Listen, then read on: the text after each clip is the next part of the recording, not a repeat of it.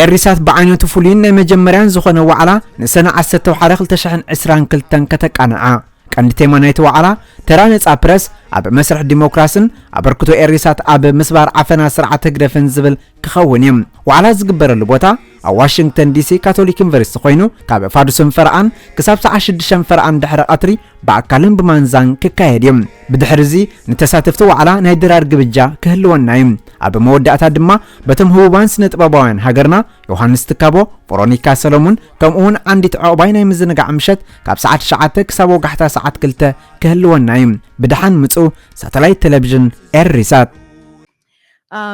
Our next guest speaker, who is not a stranger to the Eritrean community, whom you have seen him do interviews a number of times, have read his articles, books, have partaken in a number of Eritrean events. I will do a short introduction, and I'm so excited to see you. We finally get to meet in person. I've done some interviews with you on Zoom and via Facebook. Professor Dan Connell. He is a research affiliate at the Boston University African Studies Center and retired lecturer in journalism and African politics at Simmons University. His work has focused mainly on Eritrea, which is reflected in selection of books and articles on his site. The themes are democracy, broadly defined, and social justice, and the organic linkage between them and the consequences when these links are ruptured. If you haven't read my all-time favorite book, which is Against All Odds, please do so. With that, I will give the mic to Dan Connell.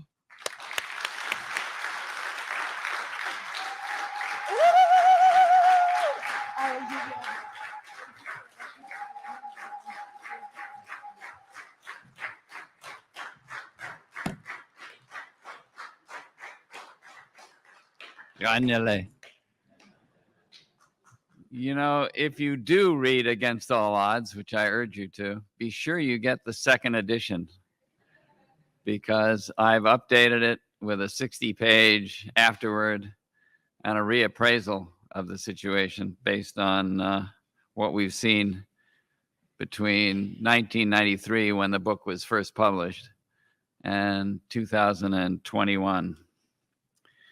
So I was asked to talk about journalism in Eritrea. That's potentially a short conversation.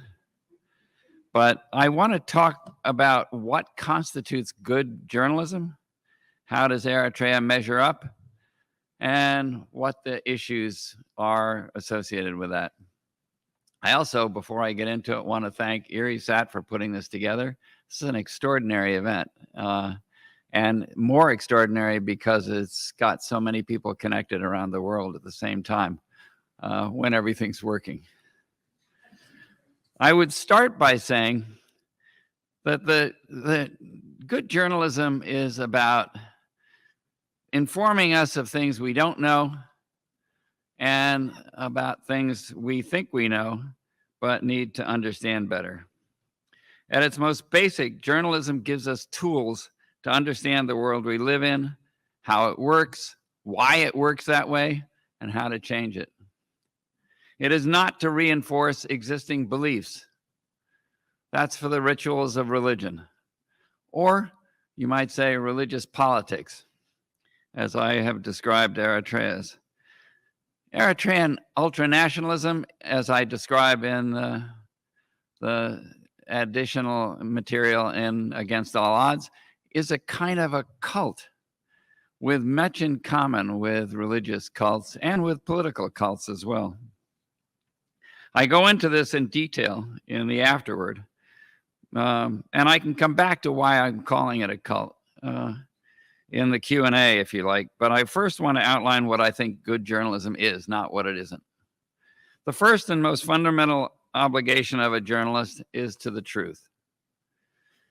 Finding it, questioning it, and communicating it doesn't mean journalists always get it right, but it does mean that they give their best to the search for it, that they verify it, especially if it's controversial, and that they're open to revising their opinions and their writing if they find out new information that causes them to rethink their original writing. Taking shortcuts, not verifying something through a second source, if you haven't actually witnessed it, or shading the truth for economic, political, or other reasons, are the worst sins for journalists, however common these seem to be these days. Just as important is to be accountable to the people journalists write for, not to the people or institutions they write about.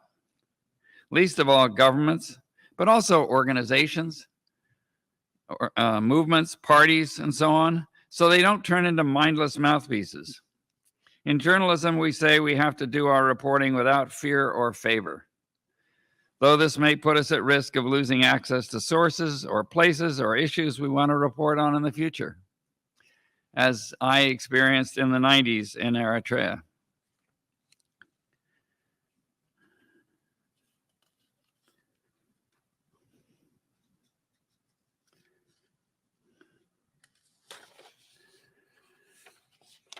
This is easy to say, but often difficult to practice in authoritarian states like Eritrea, where access to the country since 2001 has been very hard to get, and where people are generally afraid to talk openly with strangers.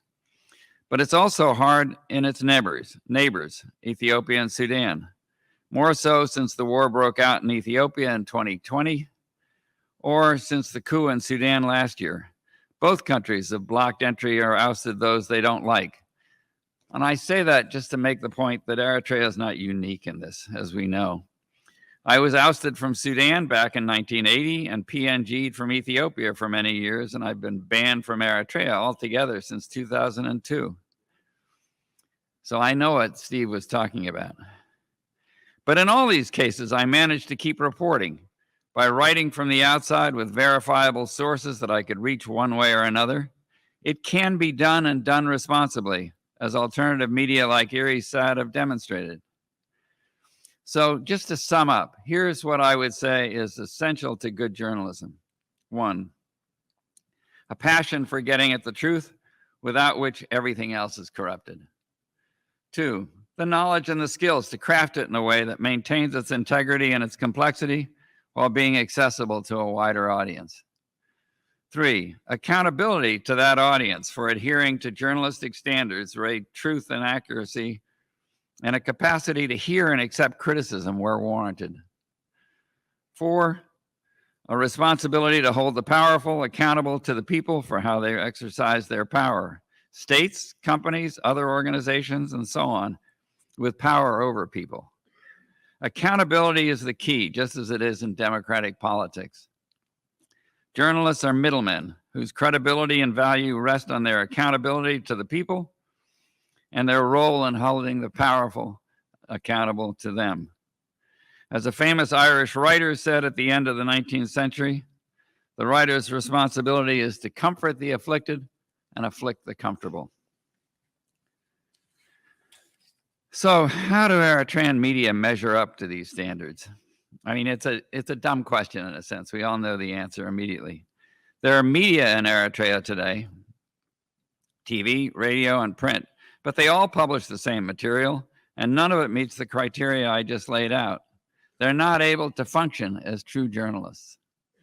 They disseminate information, some accurate, some not, but their analysis is cooked to fit the agenda of the state and the ruling party, with zero critical thinking or writing informing it. There's no accountability to the public for accuracy or quality. In other words, this isn't really journalism per se, it's state-controlled public relations.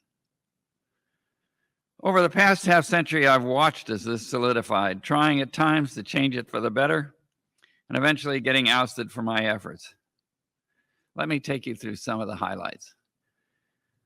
Those of you who are old enough to remember, and I think there are many here who are, 1979-80, the strategic retreat. This is after the strategic retreat, when much of the global journalism was writing Eritrea off as finished. The war was over, but for the mopping up. Now, I knew this was not accurate, but I knew I also had to prove it to make a credible report. So I got permission to go into Eritrea, and I walked on foot around from Nakfa on to outside Asmara. At the time, by the way, I was writing for 2 news services, Reuters and Associated Press, 2 global radio stations, the BBC and Voice of America under a pen name, AP under a pen name. Also, half a dozen or more at a time, major newspapers around the world. So the Irish Times, the Financial Times in London, Le Monde in France, Aftenposten in Norway, La Repubblica in Italy, Miami Herald, Boston Globe, Toronto Globe and Mail, and there were others too. And there was one leftist weekly in New York, The Guardian, all of which published more or less the same stories, regardless of their politics, because they knew I got the information right, and I didn't use inflammatory language. So I could put a story in the New York Guardian, and I could put the same story with the same wording in the Financial Times. The media was different then too. There was no syndication. That's how I was able to do this. So that as long as I was writing for a paper without infringing on another paper's territory, so to speak, it was okay. I was actually a one-man news hub. I sent my news reports out to AP or Reuters. Then I would send Reuters a package of articles, a kind of big analysis of the situation and several feature stories, and they would pass them along to the other newspapers. You can't really do that today because of syndication. But anyway, I arranged a trip into Eritrea in the summer of '79, went behind the lines on foot to the outskirts of Asmara, and proved that the fighters were still alive and well and controlled much of the countryside in a war that showed no sign of ending soon.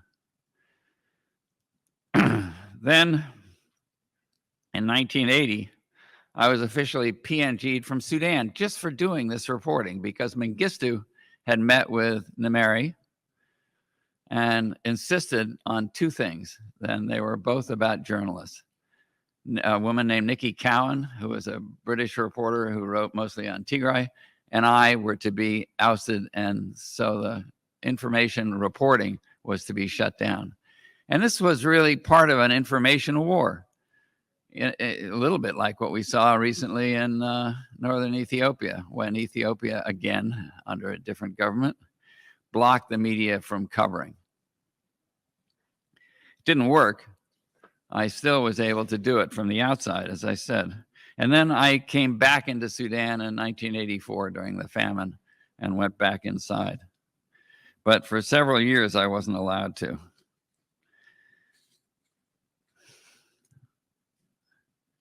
Skip, well, let's see.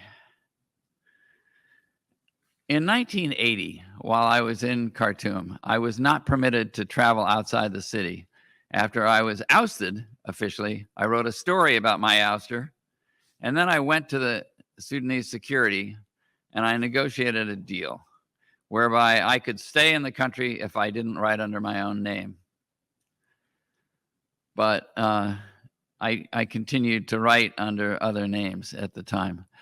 And so the PNGing only worked up to a point, and then I had to leave. But before I left, I announced to the movements that were based in Khartoum that I was going to do a seminar on how to do what I do, basically how to get things into the newspaper. Because everybody was sitting around complaining that the global media doesn't cover us, they don't care about us. And I said, at least part of that is that you don't care enough about them to understand how they work. So I ran a series of meetings and practice sessions to share what I knew. I invited people from EPLF, from ELF, from TPLF, and from the OLF. Guess who didn't come? Nobody from Eritrea came, because at least in the EPLF side, they were convinced that they knew what they were doing and they didn't have anything to learn from anybody else, despite the fact that I had been getting tremendous coverage around the world. But this was typical of a movement that didn't think there was anything to learn from other people or from others. Skip to the 1990s after liberation. In Eritrea, there's Eri TV, Dempsey Afash, and 3 newspapers in 3 languages. In the mid-90s, I started volunteering at Eritrea Profile, the English language paper. All was fine there under Abanet Isaias, a trained journalist who had been to journalism school in Seattle, Washington, until she published a classic example of investigative journalism, a story about an official at an Asmara hospital who had been accused of sexual abuse. She was fired for that, and the whole operation practically was stopped while they reorganized Eritrea Profile. Why? Because the story wasn't true? No, it was true. Nobody questioned whether it was true.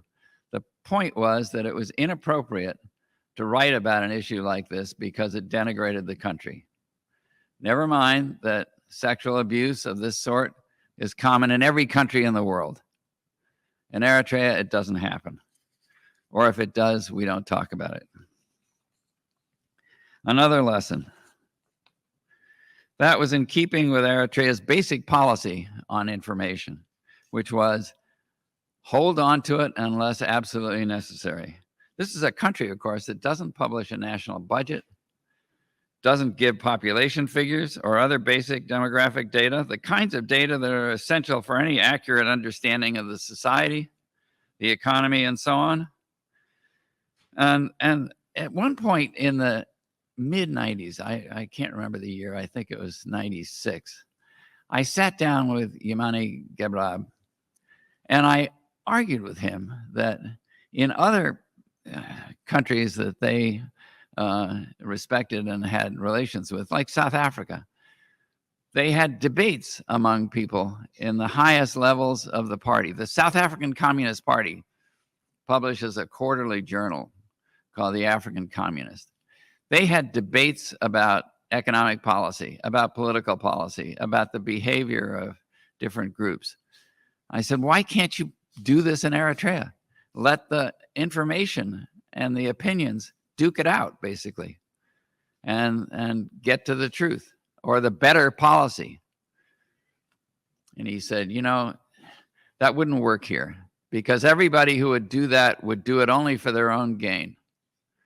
They wouldn't really be seriously debating ideas. They'd be trying to promote themselves.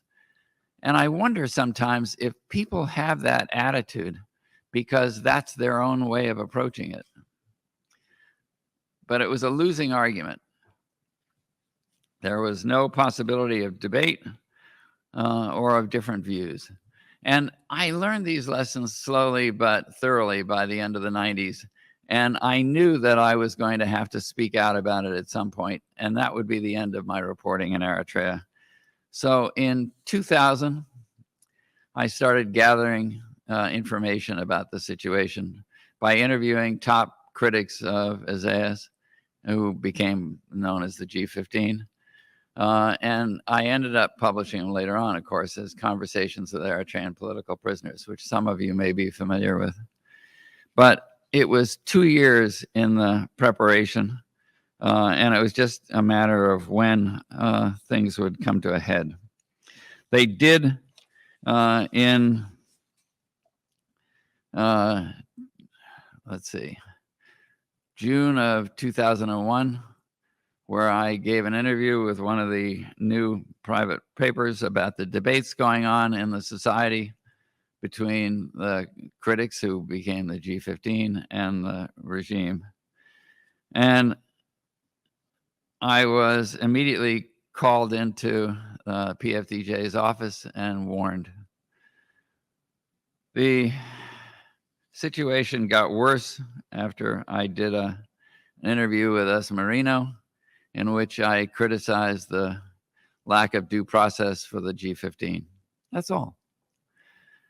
wasn't any more comprehensive than that, and that led to the notification in March of 2002 that I was PNG'd, and in fact, I was banned permanently. I was then ready with a collection of my writing, which I had been working on for some time. Collected writings from Eritrea that I published in 2004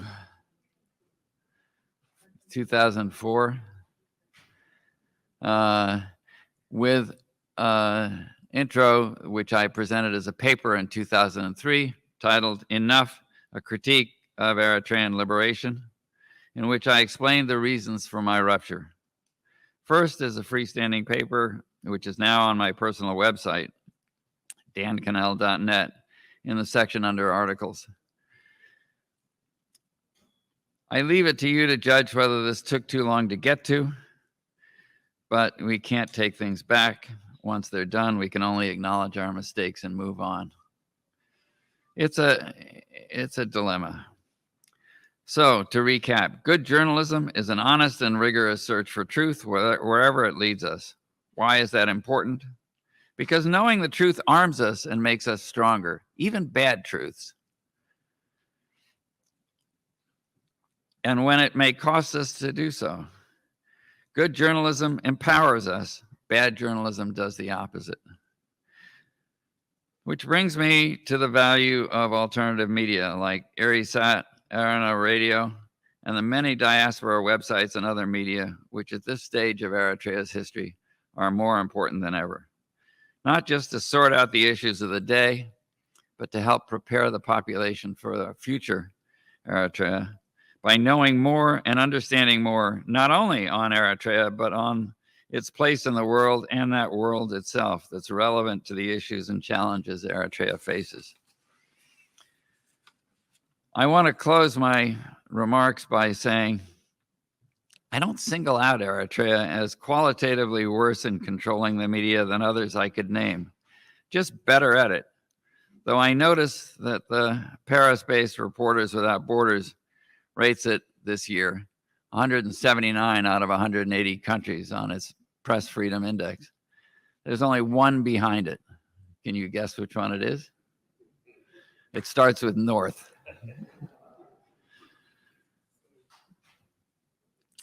But the struggle for control is unfolding before our eyes here in the US as well now. And accuracy in reporting is at risk as a prevalence of disinformation takes over. And there is also, for that matter, a transformation of the political party in this country into a political cult, much as I described in Eritrea. But that doesn't make Eritrea any better for not being the only one. That's for you to do, as the ambassador said. Thank you very much.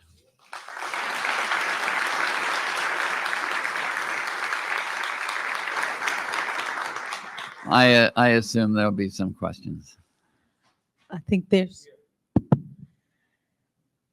Thank you so much, Dan. I am quite certain there's a number of questions on the line. Before we do that, I am going to take my privilege to ask you the first question.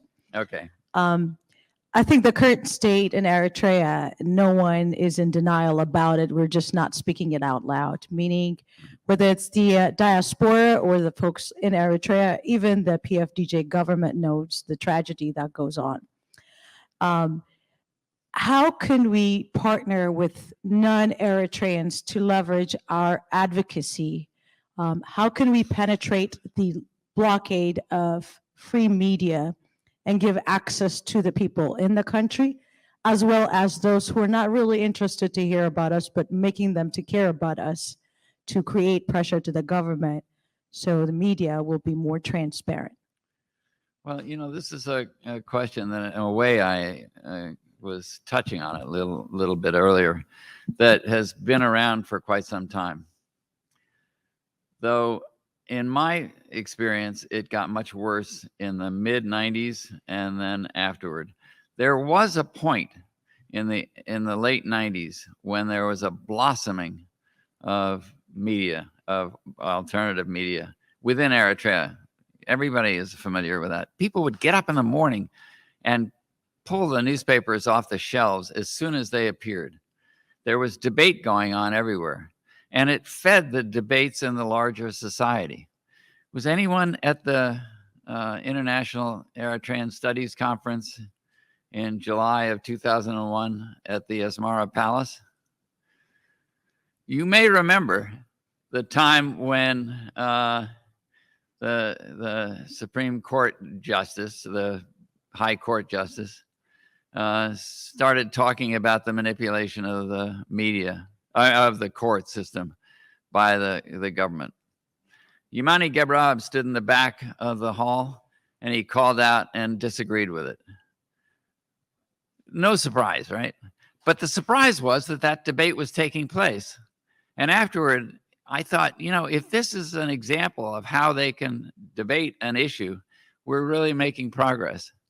Of course, a couple of days later, he was relieved of his post. And so there were moments when you could see what it would be like that were snatched away almost immediately. There was just a basic distrust inside Eritrea of ideas.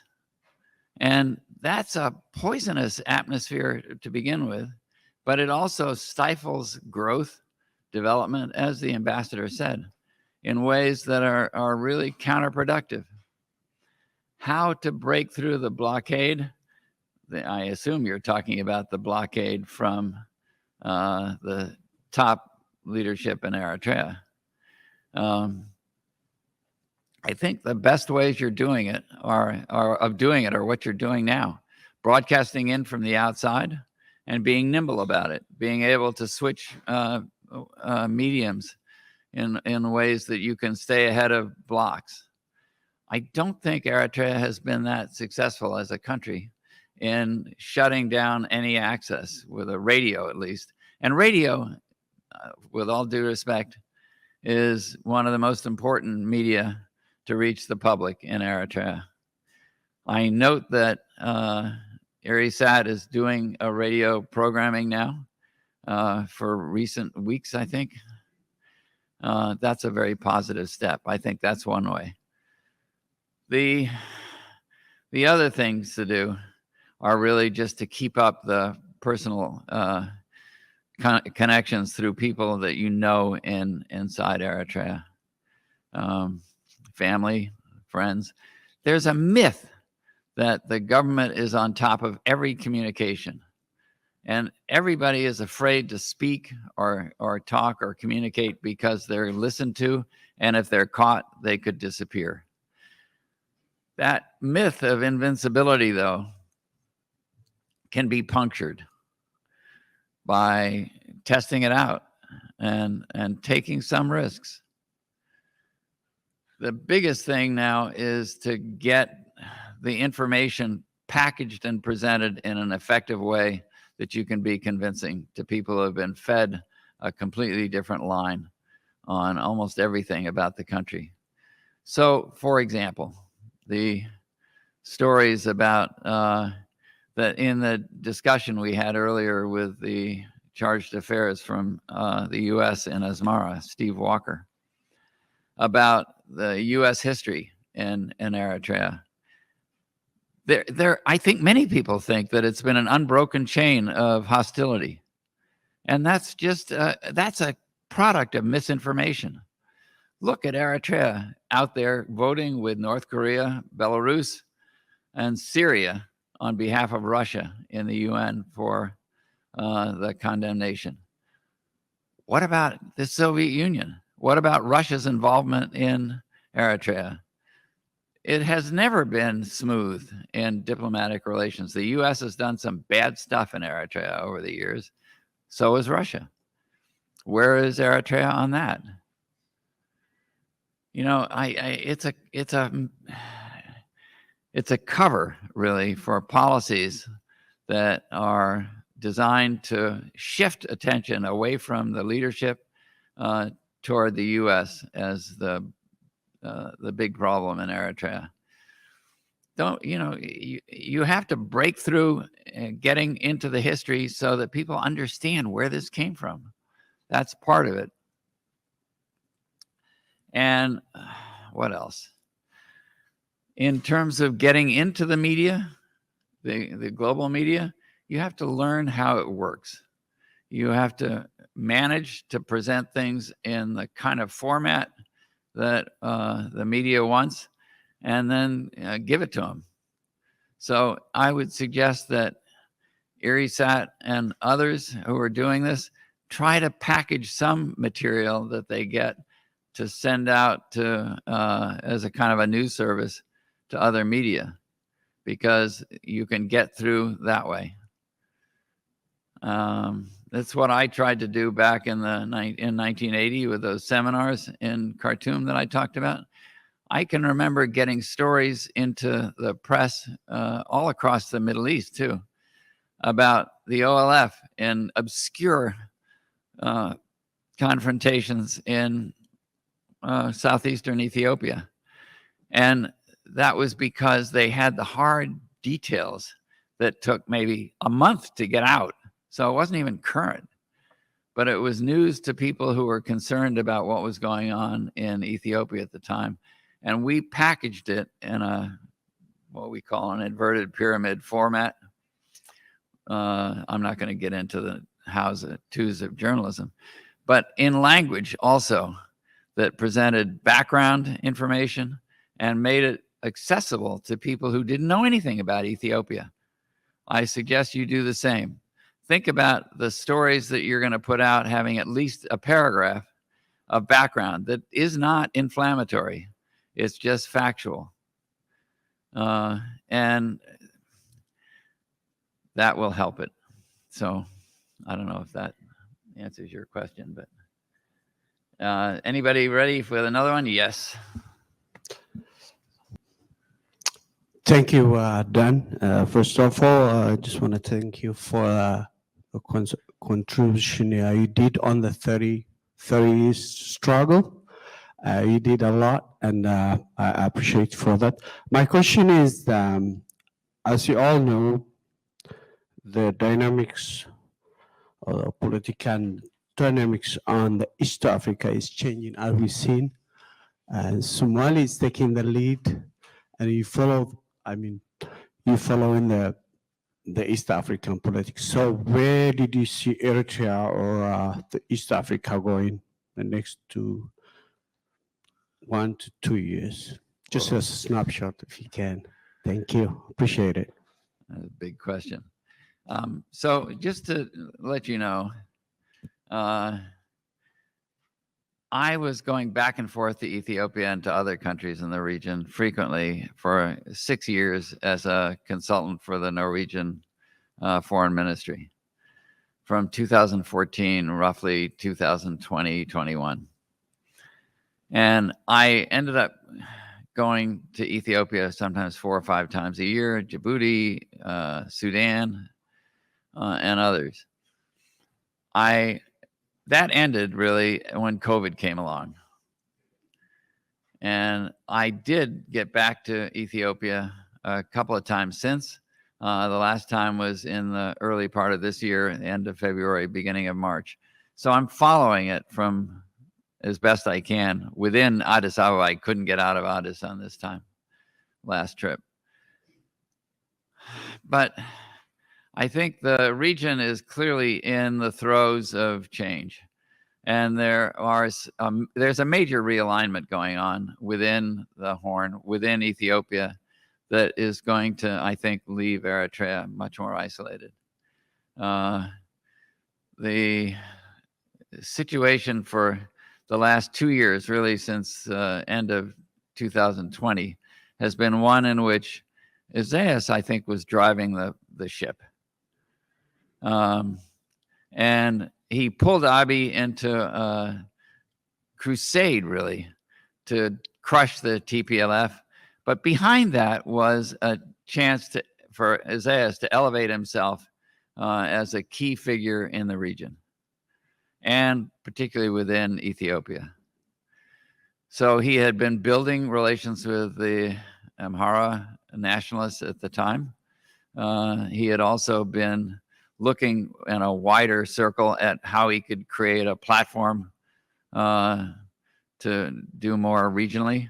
And he picked the strong state of Somalia, which was hardly more than parts of Mogadishu. But then he had three. He didn't go to the AU, as we know. He didn't go to IGAD because he couldn't control those.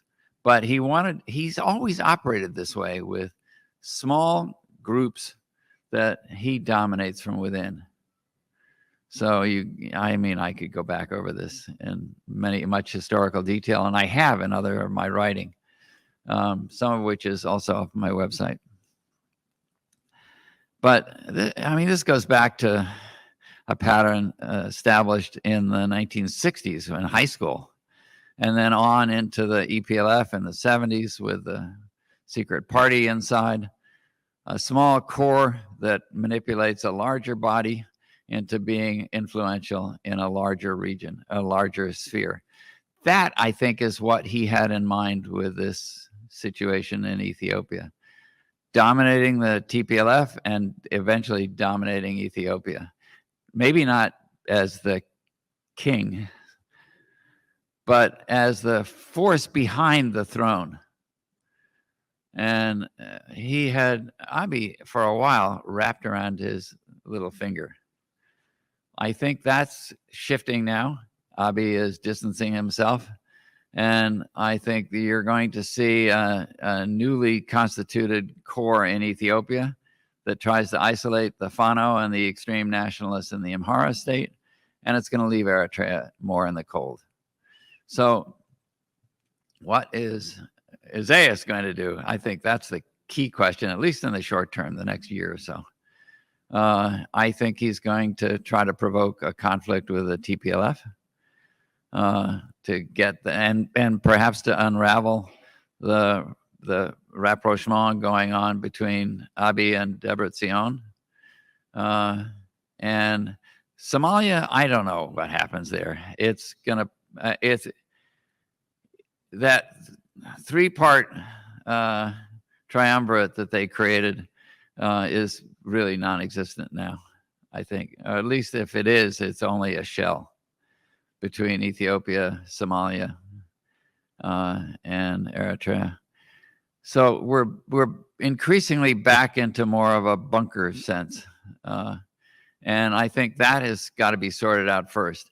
What happens to Isaiah is the key question. If something changed there, things would quickly change between Eritrea and Ethiopia, and within the region as a whole. Otherwise, there are too many outside forces that want to mess with the region and gain advantage, from the Gulf states to Turkey to China. This instability in the area plays into the hands of all these other forces from the outside, and it's not in the interest of the people there. So I have hope that this can change, but the key is solving the situation between Eritrea and Ethiopia. And that centers, of course, on Tigray and Eritrea. My sense is that this can be done, but it's going to take some work. Sir, Professor Duncan, many people want to ask questions, but we're running out of time. So I'm going to give two people to ask. They're going to ask the question first, so you can answer. Two people, him and Mr. Gazai. Okay.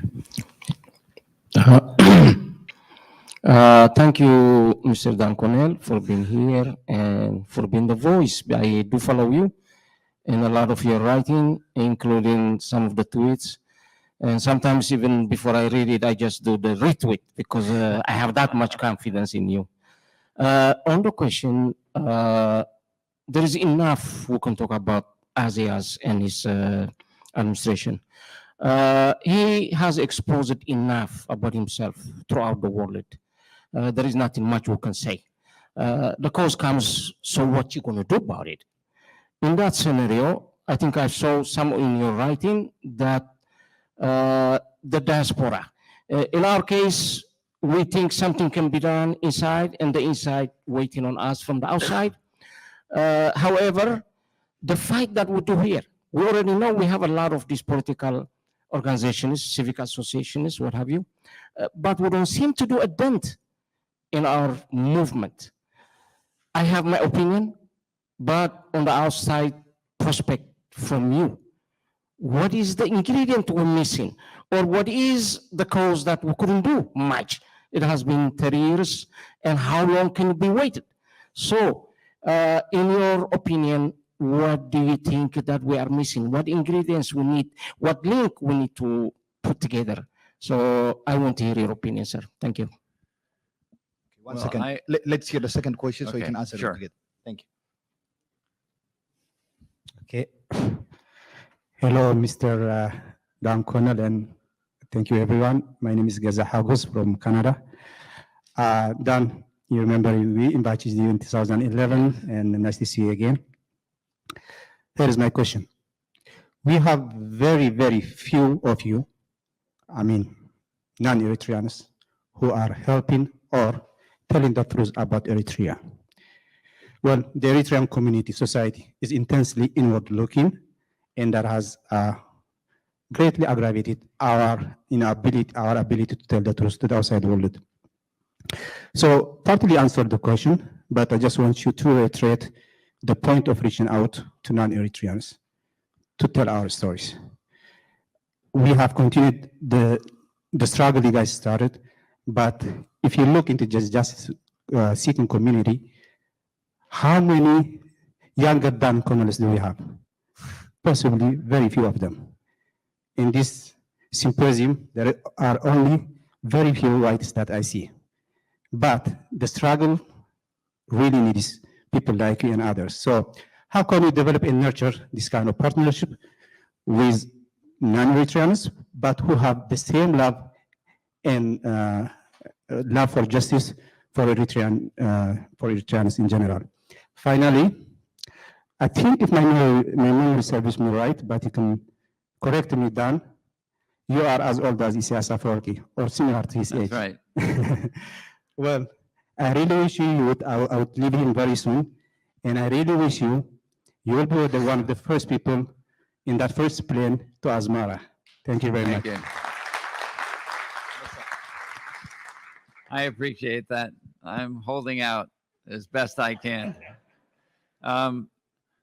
So there are two versions of a similar question, I think. And, I start by saying the same thing that Steve Walker did. Change in Eritrea has to come from Eritreans. And Isaias knows that. And he, through Yamani and his work in the PFDJ and other things, do their best to put you in opposition to one another. And I think that's a big problem. And if you get into that, every time you get tempted to fight with somebody between ELF and EPLF or whoever, stop and think, whose benefit does it serve? And who is behind this?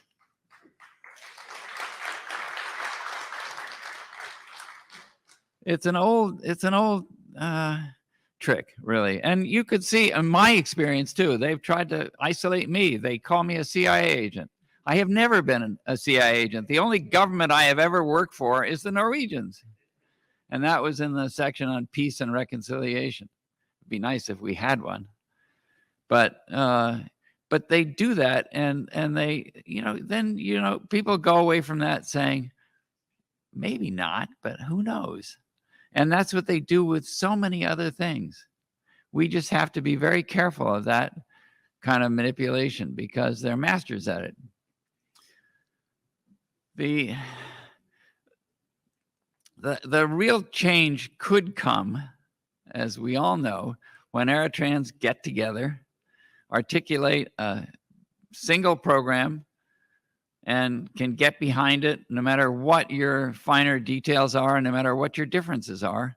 What are the essentials that you need to get together? And not let somebody and something come along and interfere with that process.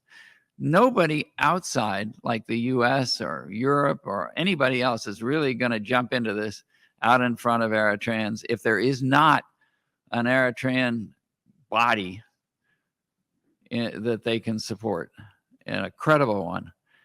There's just been too much trouble. You know, you look at U.S. history of backing that idiot in Iraq. Do you remember that? I forget his name now, but he was a politician. Yes. And thinking that he could solve everything. There's no way that anybody outside can pick winners and make them. Eritrea is too strong for that, I think, in the end. Tigray can't come in and do it, and I don't think they're going to try. But I know there are rumors around that they're going to, which is another thing that whoever pushes it may honestly believe it, but it's being pushed from behind, because that allows Isaias to get everybody together and say, it's an existential problem. We all have to stand together and put off all these other issues. I'm telling you that you have to be able to do that and get to the real nitty gritty of things. I don't know. We all know pretty much what needs to happen to get past this. There has to be eventually a council that includes probably the PFDJ and other parties and everybody into a group that can manage a transition into a more open society. A long transition, no doubt, several years at least, to build a political culture that will allow democratic practice to go forward, to make some form of reconciliation between people and groups that have been at each other for decades, and to outline the basics of what that transition would look like. How open is the society to be? How long do you have to wait until the prisons are opened up and political prisoners, including religious prisoners as well as political ones, are loosed? That has to be the front end of it, along with, well, what else? It's funny, Walker said a lot of this. The national service going back to 18 months. By the way, I support national service, and I support it here. That's a good thing. In the right circumstances, with the right management, and with the right goals. It's a unifier of people, but not when it turns into a 30-year process. You know, it doesn't take much more than that. I think the Constitution of 1997 is a starting point. It's got flaws, language, land. There's a bunch of issues there that have to get sorted out. But you have to take a starting point that people can manage without fighting it out too early. So that's maybe what I would say is where to start. Is that the last questions? Okay, I'm sorry, but I'm going to have to run soon to get back to Boston. But it's been a pleasure being here. I'm so excited to see this happening. And I think, and to hear Radio Arena saluted there too, because they have been doing a great job for years, along with Erisat now. And there are so many others out there. You've got so much to build on. I look forward to celebrating in Asmara.